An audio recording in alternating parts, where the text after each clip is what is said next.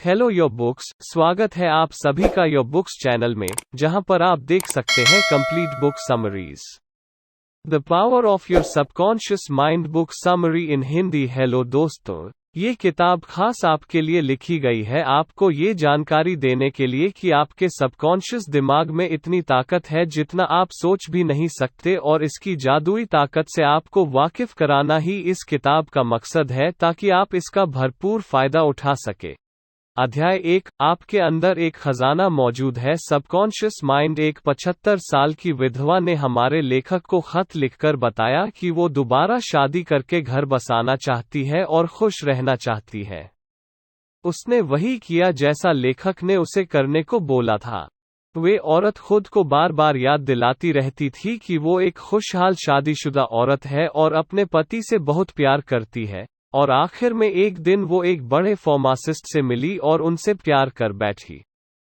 आज दोनों शादीशुदा है और खुश है। आपके अंदर असल में एक पूरी सोने की खान है जो आपका सबकॉन्शियस माइंड है।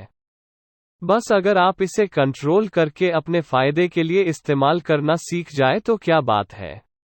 आप जब किसी टेस्ट से पहले खुद को ये यकीन दिलाते रहते हैं कि आप फेल हो जाएंगे या फिर कोई चीज़ आपको नहीं मिलेगी, तो दरअसल आप अपने ही दिमाग को ऐसा करने के लिए मजबूर कर रहे होते हैं। आप अपने दिमाग की सुपर पावर को गलत आइडिया दे रहे होते हैं कि आप ये नहीं कर सकते या वो नहीं कर सकते। मगर ऐसा कभी मत कीजिए, कभी भी अपने दिमाग में नेगेटिव आइडिया मत आने दे, बल्कि पूरे जोश के साथ दोहराते रहे, विश्वास रखें और उम्मीद भी, और फिर आप देखेंगे कि आपके सबकॉन्शियस माइंड ही आपके सारे सवालों का जवाब बन जाएगा। अध्याय 2, आपका दिमाग कैसे काम करता है। एक बूढ़ी औरत को यकीन हो चला था कि उसकी याददाश्त चली जाएगी, मगर उसने अपने दिमाग को यही यकीन दिलाए रखा कि ऐसा कुछ भी नहीं होगा। बल्कि वे खुद को यकीन दिलाती रही कि उसकी याददाश्त दिन ब दिन बढ़ती जा रही है। अब ये उसका मजबूत विश्वास ही था कि सच में उसके साथ ऐसा ही हुआ।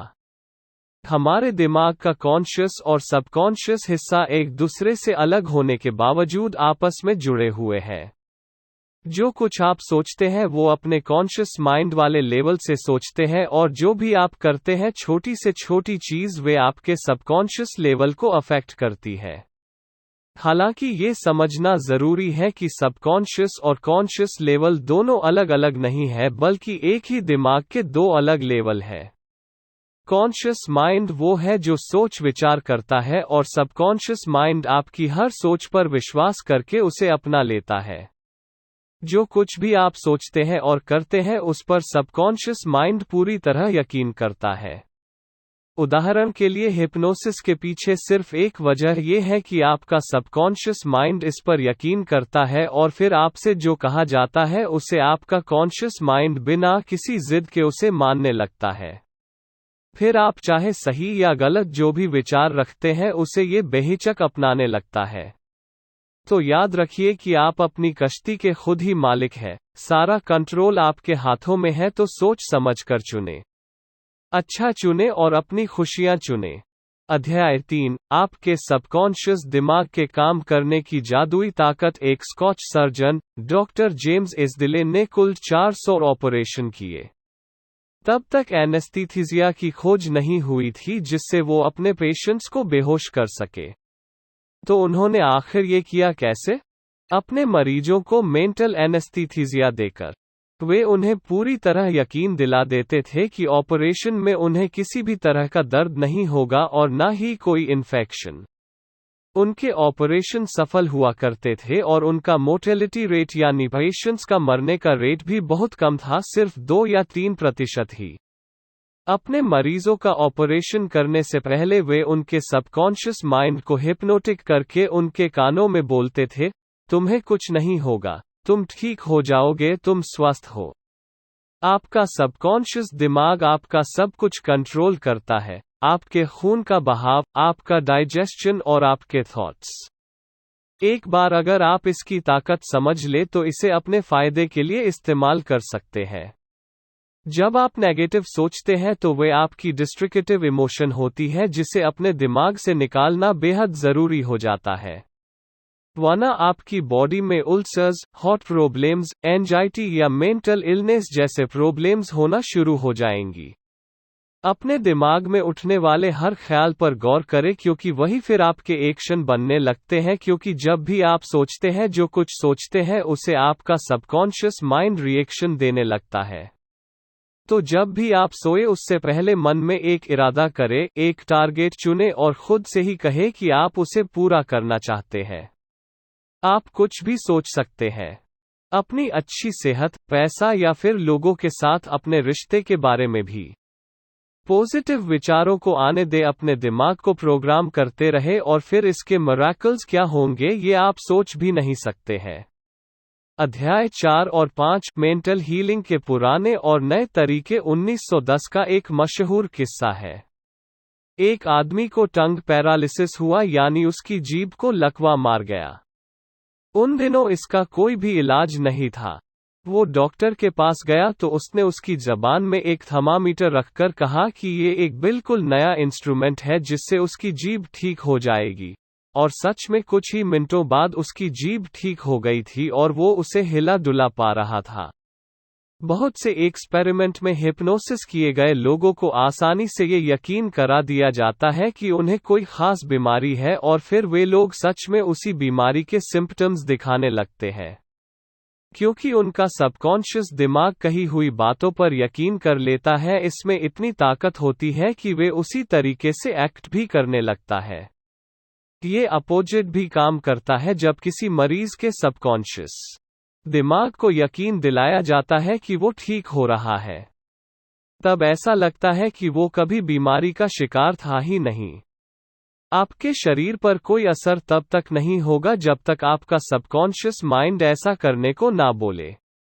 हमेशा अपने सबकॉन्शियस दिमाग की ताकत को याद रखें। ना जाने आपके जीवन में इसकी बदौलत कब क्या चमत्कार हो जाए, इसलिए कोई भी मौका मिस न करे।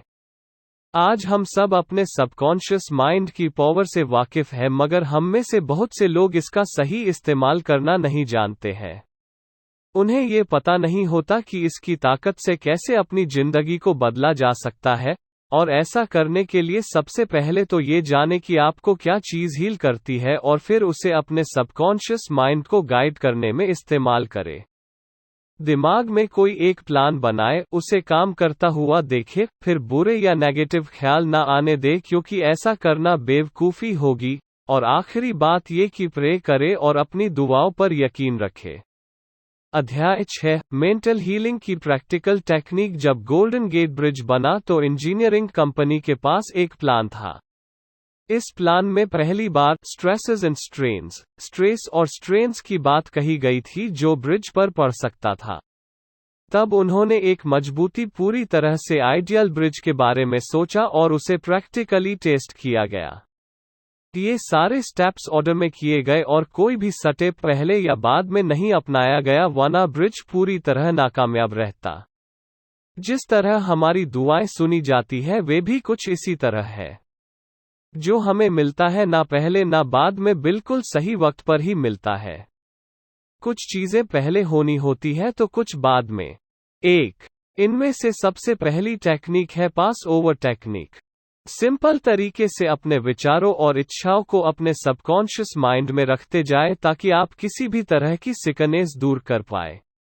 जैसे कि कोई छोटी सी लड़की जिसका गला खराब है और बुरी तरह खांस रही है, वो अगर खुद से मजबूत इरादे से कहे कि मेरी बीमारी जा रही है, ये दूर हो रही है, तो घंटे भर बाद ही सच में वो ठीक महसूस करने लगेगी। दूसरी सिंपल टेक्निक है विजुअलाइजेशन टेक्निक। आप विजुअलाइज करके अपने दिमाग में तस्वीर रचकर ऐसा कर सकते हैं। जो आप चाहते हैं उसे हरदम ख्यालों में रखें। आप अपने फ़ोन या लैपटॉप पर उसकी वॉलपेपर लगाकर भी ऐसा कर सकते हैं, या फिर एक ड्रीम बोर्ड भी बना सकते हैं, या अपने सपने की फ़ोटो कार्डबोर्ड में लगाकर रखें और रोज़ उसे देखें। आखिर में आती है स्लीपिंग टेक्निक, जिसमें जब आप सो रहे होते हैं तो आपकी बॉडी का एफर्ट और स्ट्रेस कम होता है। उस वक्त आपका सबकॉन्शियस एक्टिव हो जाता है और आपके विचार और भी बेहतर ढंग से एब्जॉर्ब कर लेता है, जिससे आपके दिमाग और शरीर को अपनी चाही गई चीज़ हासिल करने में मदद मिलती है। इसलिए ऑटो सजेशन और विजुअलाइज के लिए सोने से बिल्कुल पहले का टाइम सबसे बढ़िया रहता है। अध्याय 7 सबकॉन्शियस दिमाग की आदत लाइफ अवार्ड है। लेखक Robert Louis Stevenson. Robert Louis Stevenson हर रात सोने से पहले कुछ करते थे। वे सोने से पहले अपने सबकॉन्शियस माइंड को उन सारी कहानियों से भर देते थे जो उन्हें लिखनी होती थी, और इस तरह वे कहते हैं कि उनके सबकॉन्शियस माइंड की डीप पावर उन्हें एक बढ़िया कहानी पूरी तरह तैयार करके देती है जिसे बाद में वे लिख लेते थे। उनकी इस बात से पता चलता है कि हमारी सबकॉन्शियस ताकत कितनी जबरदस्त होती है। ज्यादातर बच्चे हेल्दी और स्ट्रोंग पैदा होते हैं, ये बहुत आम बात है, मगर बीमार पड़ना और कमजोर होना नॉर्मल नहीं है क्योंकि ये लाइफ स्ट्रीम के खिलाफ है। सेल्फ प्रिजर्वेशन हम इंसानों की सबसे स्ट्रोंग इंस्टिक्ट होती है। फ्रेडरिक एलियस एंड्रूज एक ऐसा लड़का था जिसे पोट्स की बीमारी थी, जिसे स्पाइन का ट्यूबरक्लोसिस भी कहा जाता है। अपने बीमारी के दौरान वो प्रार्थना किया करता था कि वो ठीक हो जाएगा, और उसकी प्रेयर्स काम आई और वो सच में ठीक होकर एक तंदुरुस्त इंसान बन गया। सोने से पहले वो उसी स्लीपिंग टेक्निक मेथड का इस्तेमाल किया करता था जिसके बारे में आपको पहले बताया गया था, और ये तरीका काम आया। हर 11 महीने में आपका शरीर खुद को रीन्यू करता है। अपने नेगेटिव विचारों को पॉजिटिव में बदलिए, क्योंकि यही स्ट्रीम ऑफ लाइफ है कि हम हेल्दी रहे, स्ट्रोंग बने और बिना किसी नेगेटिविटी, डर, एंजाइटी और जलन की भावना से दूर रहे, क्योंकि ये आपको बहुत सी बीमारियों का शिकार बनाती है। तो इन सब से बचने के लिए हमेशा पॉजिटिव सोचें। अध्याय 8 जो रिजल्ट आप चाहते हैं उन्हें कैसे पाया जाए। एक बार एक मकान मालिक था जो फर्नेस रिपेयरमैन से इस बात पर लड़ रहा था क्योंकि वो एक बॉयलर को ठीक करने के $200 मांग रहा था।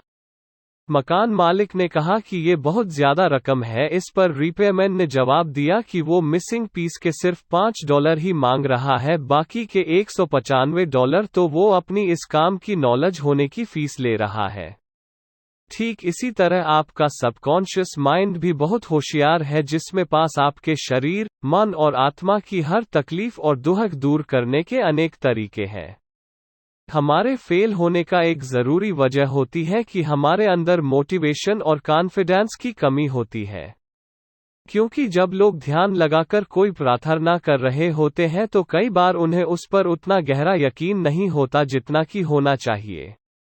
उनके मन में नेगेटिव विचार चलते रहते हैं और यही वजह है उन्हें अपनी प्रार्थना का जवाब नहीं मिलता। इसलिए अपने कॉन्शियस और सबकॉन्शियस के बीच कॉन्फ्लिक्ट दूर करने के लिए सोने से पहले स्लीपिंग टेक्निक का इस्तेमाल करें। अपने सपनों को पूरा होता हुआ देखें बार बार। अध्याय 9 और 10 अपने सबकॉन्शियस की पावर को पैसे और अपने अमीर होने के लिए कैसे इस्तेमाल करें। लेखक का एक दोस्त सालाना $75,000 कमाता है, यानी लगभग 55 लाख रुपए। वो एक बार दुनिया घूमने के लिए 9 महीने की लंबी छुट्टी लेकर एक क्रूज पर गया।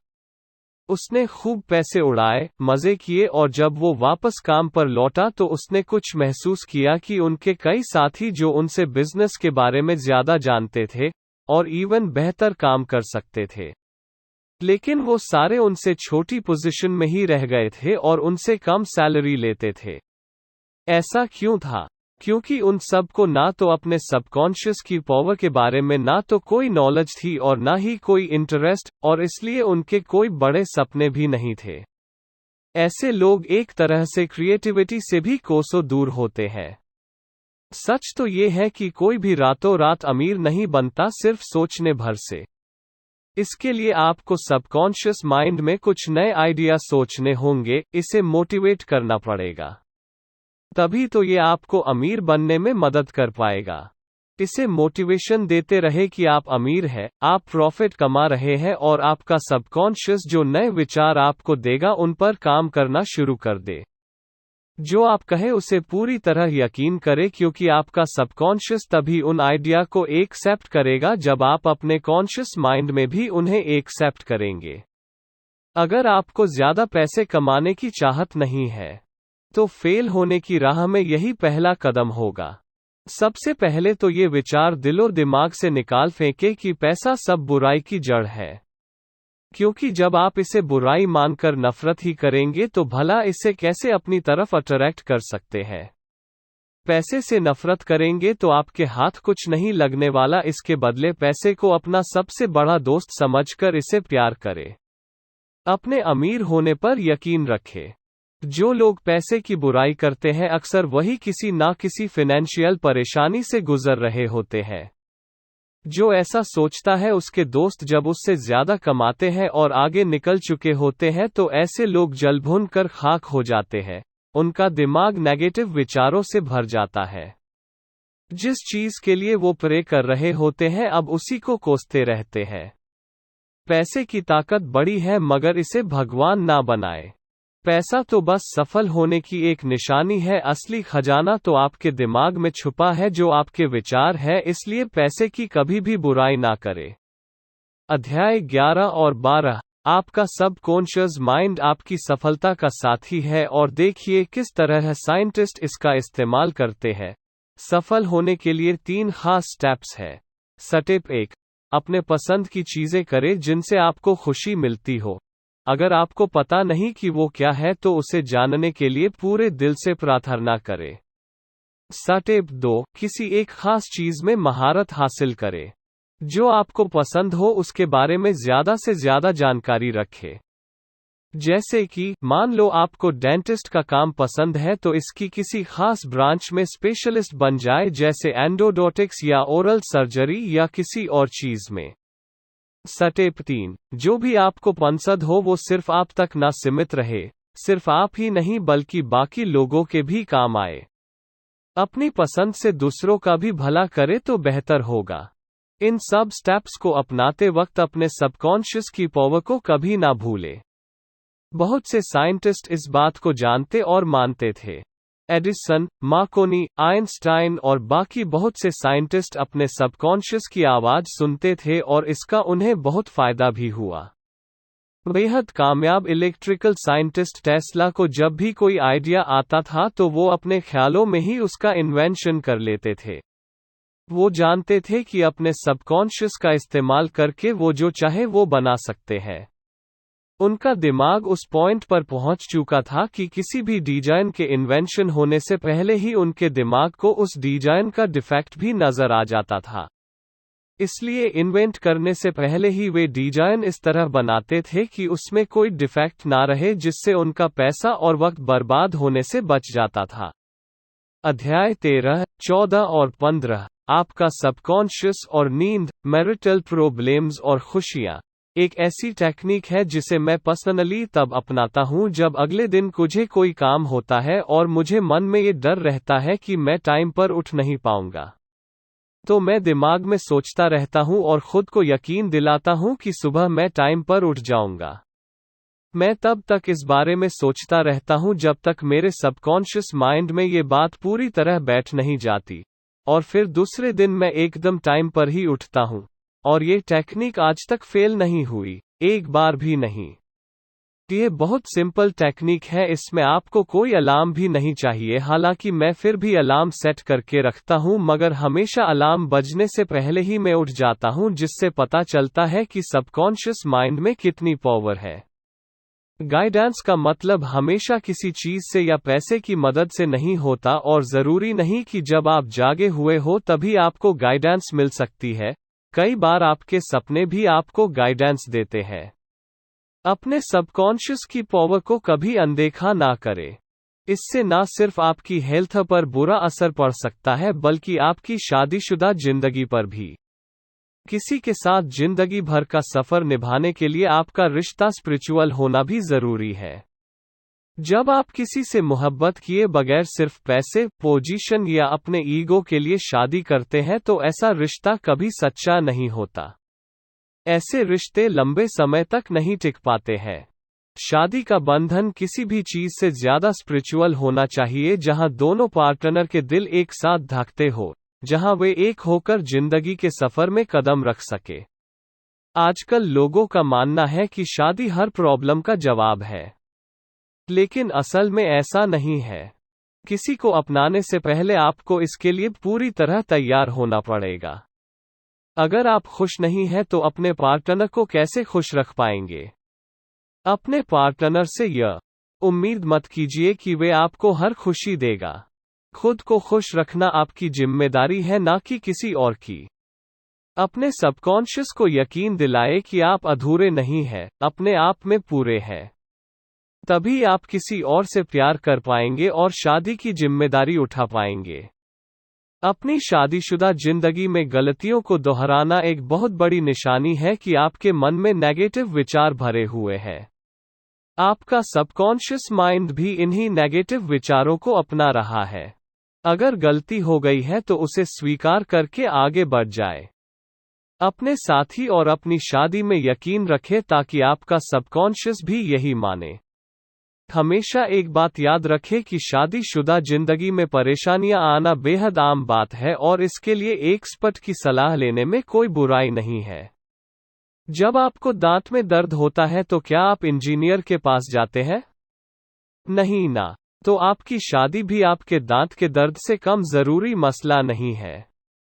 जब भी कोई परेशानी आए तो अपने रिश्ते को बचाने के लिए एक एक्सपर्ट की राय जरूर ले। अपने पार्टनर और एक एक्सपर्ट के अलावा किसी तीसरे के साथ कभी भी अपनी मैरिटल प्रॉब्लम डिस्कस ना करें। आपकी खुशियां सिर्फ आपके हाथ में है। अगर आप यही सोचते रहेंगे कि आपकी शादी टूटने की कगार पर है तो जानते हैं क्या होगा? एक दिन ये सच में टूट सकता है। क्योंकि आप ऐसा सोचते हैं तो आपके सबकॉन्शियस को भी यही यकीन होने लगता है। जब आप खुशियों की जगह नेगेटिव सोचेंगे तो खुशियां कहां से पाएंगे? अब सवाल है कि खुशियां कैसे चुनी जाए। इसके लिए आपको रोज सुबह उठकर खुद से ही दोहराना है कि आपकी जिंदगी ऊपर वाले की दी हुई है और इसका कंट्रोल उसके हाथ में है और वो जो आपके लिए चुनेगा सबसे बढ़िया होगा। जो कुछ भी होगा एकदम बढ़िया होगा और आप हमेशा खुश रहेंगे। अध्याय 16, 17, 18 और 19। आपका सबकॉन्शियस माइंड और इंसानी रिश्ते, माफ करना, मेंटल ब्लॉक्स और डर। सिगमंड फ्राइड साइकोएनालिसिस के ऑस्ट्रियन फाउंडर कहते हैं कि जब किसी के अंदर प्यार नहीं होता है तो उसकी आत्मा धीरे धीरे मर जाती है। यही बात गुडविल, रेस्पेक्ट और अंडरस्टैंडिंग के साथ भी है, क्योंकि जब आप दिल में नफरत पालते हैं तो अपनी आत्मा और दिमाग को किसी कैदी की तरह हमेशा के लिए बांध लेते हैं। जितना हो सके सबका भला सोचिए और कोशिश करें कि किसी को भी नुकसान ना पहुंचे। नफरत करने वाला इंसान का हाल वही है जो जहर पीता है और सोचता है कि उसे कुछ नहीं होगा। ये पागलपन है, क्यों है ना? तो आप क्यों दूसरों को धोखा देते हो, हट करते हो, उन्हें दुहक देते हो जब आपको पता है कि ऐसा करने से आपके दिमाग में भी जहर भर जाएगा, आपका खुद का नुकसान होगा। लोगों को रेस्पेक्ट दो और उनसे हमेशा अच्छे से पेश आओ। जैसा आप खुद के लिए चाहते हो वैसा व्यवहार दूसरों से करो। आप दूसरों के बारे में क्या सोचते हैं ये सिर्फ आपके हाथ में है, औरों के नहीं। जब आपको कोई तंग करने की कोशिश करता है तो ये आपके हाथ में है कि आप क्या रिएक्शन देंगे। दूसरों की हरकतों से आप क्या महसूस करते हैं ये भी सिर्फ आपके हाथ में है। अब चाहे आप उस बात से चिढ़कर पूरा दिन खराब कर ले या फिर उनकी बातों को इग्नोर करना सीख जाए, उन्हें माफ करना सीख जाए। लोगों को माफ करना दरअसल दिमाग के लिए नेगेटिव विचारों के खिलाफ एक एंटीडोट की तरह काम करता है। जब आप लोगों को माफ करते हैं तो आपकी आत्मा एक शांति और सुकून से भर जाती है, और एक तरह से लोगों को माफ करके आप लाइफ को पेबैक भी करते हैं, क्योंकि जिंदगी हमेशा आपको मौके देती है। जब कभी गलती से आपकी उंगली कट जाती है या पैर पर चोट लग जाती है तो आपका सबकॉन्शियस भी कुछ इसी तरह आपको माफ करता है, उस चोट को हील करके। एक आदमी था जो दिन रात इतनी मेहनत करता था कि एक दिन उसे हार्ट प्रॉब्लम हो गई। उस आदमी ने कभी मुश्किल से ही अपने बच्चों के साथ वक्त बिताया था। हमारे लेखक ने उससे बात की। उसने उस आदमी को समझाया कि उसके ऐसा करने की वजह यही है कि उसे अपने बच्चों को वक्त ना देने का दुहक अंदर ही अंदर खाए जा रहा था और दिन रात कड़ी मेहनत करके वो एक तरह से खुद को सजा दे रहा था। उसे खुद को माफ करना सीखना होगा, तभी वो खुश रह पाएगा। हम इंसान आदत से लाचार होते हैं। बुरी आदत और अच्छो आदत के बीच सिर्फ एक चुनाव का फर्क होता है। आप क्या चुनते हैं ये आपकी मर्जी है, चाहे तो आप बुरी आदत अपनाएं या अच्छी, सब आपके हाथ में है। बुरी आदत को दूर करने के लिए उसे इग्नोर ना करें। एडमिट करें कि वो आपकी बुरी आदत है और उसे दूर करना है। बहुत से शराबी जिंदगी भर शराब नहीं छोड़ पाते क्योंकि वे मानते ही नहीं कि वे शराबी है। उन्हें शर्म आती है ये मानने में, पछतावा होता है और उनके ईगो को ठेस पहुंचती है, और नतीजा ये कि वे कभी भी इससे छुटकारा नहीं पा सकते। कोई भी आदत अपनाने के लिए पहले खुद को तैयार करना होगा। जब आप इस पॉइंट पर आ जाए कि आपको अपनी कोई बुरी आदत छोड़नी ही छोड़नी है, तो खुद की पीठ थपथपाए क्योंकि आपने आधा किला फतह कर लिया है। अपने सबकॉन्शियस को कंट्रोल करने की राह में पहला रोड़ा है आपका डर। इसे दूर करने के लिए आप वही कीजिए जिसे करने से आपको सबसे ज्यादा डर लगता है। एक बार एक लेडी एक ऑडिशन देने पहुंची। हालांकि अपने स्टेज फोबिया की वजह से वो 3 बार पहले फेल हो चुकी थी। उसकी आवाज में जादू था, मगर उसके नेगेटिव ख्याल उसके सबकॉन्शियस पर जमे हुए थे और इसीलिए हर बार स्टेज पर जाने के ख्याल से ही वो डर जाती थी। उसने इसका जो इलाज निकाला वो बेमिसाल था। वो खुद को दिन में 3 बार कमरे में बंद कर लेती थी। एक चेयर पर बैठकर रिलैक्स होकर वो अपनी आंखें बंद कर लेती थी। फिर वो खुद में दोहराया करती कि उसके पास गजब की आवाज है जिसकी बदौलत वो किसी का भी दिल जीत सकती है। वो खुद से 10-10 बार कहती थी कि उसे स्टेज पर डर लगता। जिस दिन उसका ऑडिशन था, उसके एक रात सोने से पहले उसने ये टेक्निक दोहराई और कमाल की बात है कि ये काम कर गई। वो ऑडिशन देने के लिए स्टेज पर चढ़ी, बहुत ही खूबसूरती से गाया और लोगों पर अपनी आवाज का जादू चला दिया। अध्याय 20 जवां दिल कैसे बने रहे। हमेशा लेखक के एक पड़ोसी को रिटायरमेंट इसलिए लेनी पड़ी क्योंकि वे 65 साल के हो गए थे। उस आदमी ने लेखक को कहा कि उसके लिए रिटायरमेंट किंडरगार्टन से फर्स्ट ग्रेड में जाने जैसा है। उसके लिए ये जिंदगी और विजडम की राह में एक और कदम रखने जैसा है। उसका सोचना कितना सही है। हमें उम्र को इसी तरह लेना चाहिए। उम्र का मतलब सिर्फ सालों का पड़ाव तय करना नहीं है, बल्कि अनुभवों और समझदारी के अलग अलग पड़ावों से गुजरना है, और यही मरते दम तक चलाना चाहिए कि हम जिंदगी का भरपूर फायदा उठाते रहे। 65 से 95 साल की उम्र के बहुत से साइंटिस्ट ने यही किया है। उन्होंने जिंदगी को भरपूर जिया, अनुभव लिए और बहुत कुछ सीखा।